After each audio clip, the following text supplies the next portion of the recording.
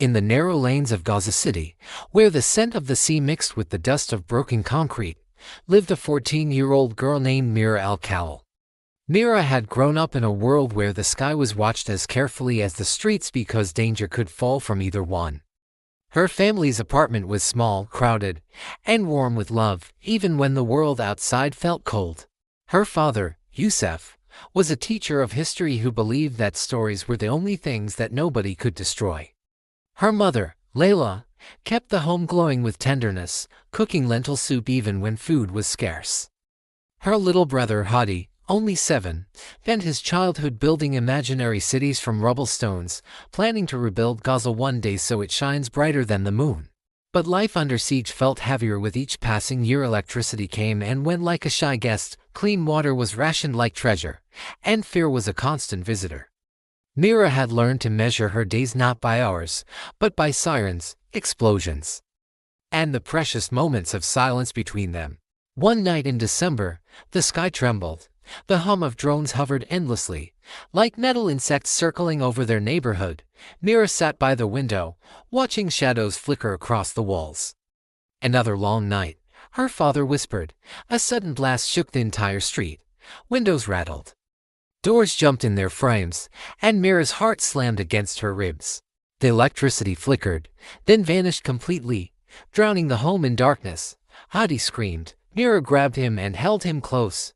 For hours, the family huddled together, listening to the booming outside, the sound of lives being torn apart, of buildings collapsing, of people shouting for help. It felt like the whole world was cracking open. When dawn finally came, Gaza looked different.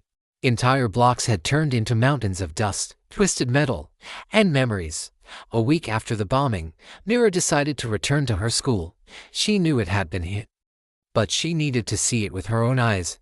Education had always been her escape, her hope. She walked through streets filled with debris. Stray cats searched for food. Elderly men sat beside the ruins of their homes, holding photos dusted with ash. Women carried buckets of water from distant wells. When Mira reached her school, her breath caught in her throat. The classrooms were gone, walls ripped open, desks buried under concrete slabs. The blackboard where she once wrote her dreams lay shattered on the ground. Yet one thing caught her attention, a single page from a notebook drifting in the cold wind. She picked it up. It was a poem she had written months ago, even under the rubble. The seed of tomorrow waits to bloom. Tears filled her eyes.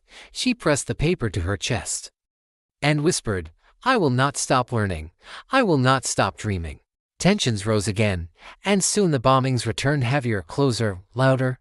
One afternoon, the sky changed from blue to smoke-filled gray. The sun disappeared behind black clouds of burning metal. Mira's house shook. Pieces of the ceiling cracked and fell. The air filled with thick dust. Get to the hallway, her father shouted. They ran, Mira holding Hadi's hand, her mother clutching a small bag of documents. A blast tore through the building next door. Screams echoed through the street. For a moment, Mira thought she would never breathe again. Her ears rang, her body trembled, but she forced herself to stay strong because Hadi's small hand was still gripping hers. When the explosion stopped, the family emerged into a night that looked nothing like night. Glowing fires, falling sparks, and people running through the streets, calling the names of loved ones. The world felt broken, but the people refused to break. Weeks passed. Aid trucks came rarely. Food was scarce. Water was harder to find. But Gaza's heart kept beating. One day, Mira's father brought home a small lantern, rusted, old, but functional. We will create our own light, he said. Every evening, the family gathered around the lantern. Yusuf told stories of ancient heroes. Layla sang lullabies of peace. Hadi shared his wild dreams of becoming an engineer. And Mira wrote. She wrote everything, the pain, the fear, the silence, the strength. Her diary became her voice. Her voice became her power. Months later, when a fragile ceasefire came, Mira walked to the shore. The sea was calmer than the city. Waves washed over her feet, carrying away some of the heaviness. She opened her diary and read her own words aloud. I am not a victim. I am a survivor. My people are not broken. We are the heartbeat of this land. Mira knew the world often misunderstood Gaza, saw only explosions, not the courage, only destruction, not the dreams. She promised herself that one day she would share the real stories of her people, stories that carried truth, stories that carried humanity, stories that carried hope. Because even in the darkest night, Gaza's spirit glows, a lantern refusing to go out.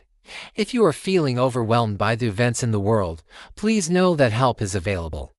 Organizations like the National Suicide Prevention Lifeline and the Crisis Text Line offer free confidential support 24/7. You don't have to go through this alone. Thank you for listening to Mira's story. If it moved you, please consider sharing it. Subscribe for more stories that explore the depth of the human spirit.